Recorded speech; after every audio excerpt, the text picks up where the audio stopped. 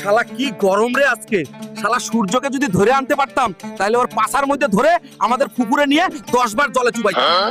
ওই হারামজাদা পেট মোটা হালক এখানে বসে বসে বাতাস খাওয়া হচ্ছে না, জলদি খেতে যা, ছাগলটা নিয়ে আয়। তুমি শুধু শুধু আমাকে বকা দাও, যাচ্ছি তো কি গরম দেখ না তুমি। হালক ভাই, শুনলাম তোমার ছাগল নাকি হারিয়ে গেছে। শাহ হারামজাদা, ছেড়ে সব সময় শুধু বদমাশি করো সবার সাথে। হাল্ক, তোমার ছাগলটাকে বাঘে খাইতেছে, তুমি জলদি যাও। শালা বাঘ, তোদেরকে আজকে আমি ছাড়বো না রে। আমার ছাগলের দিকে নজর দিছস? ওই শালা বাঘের বাচ্চা, তোদের বাচন নাই রে।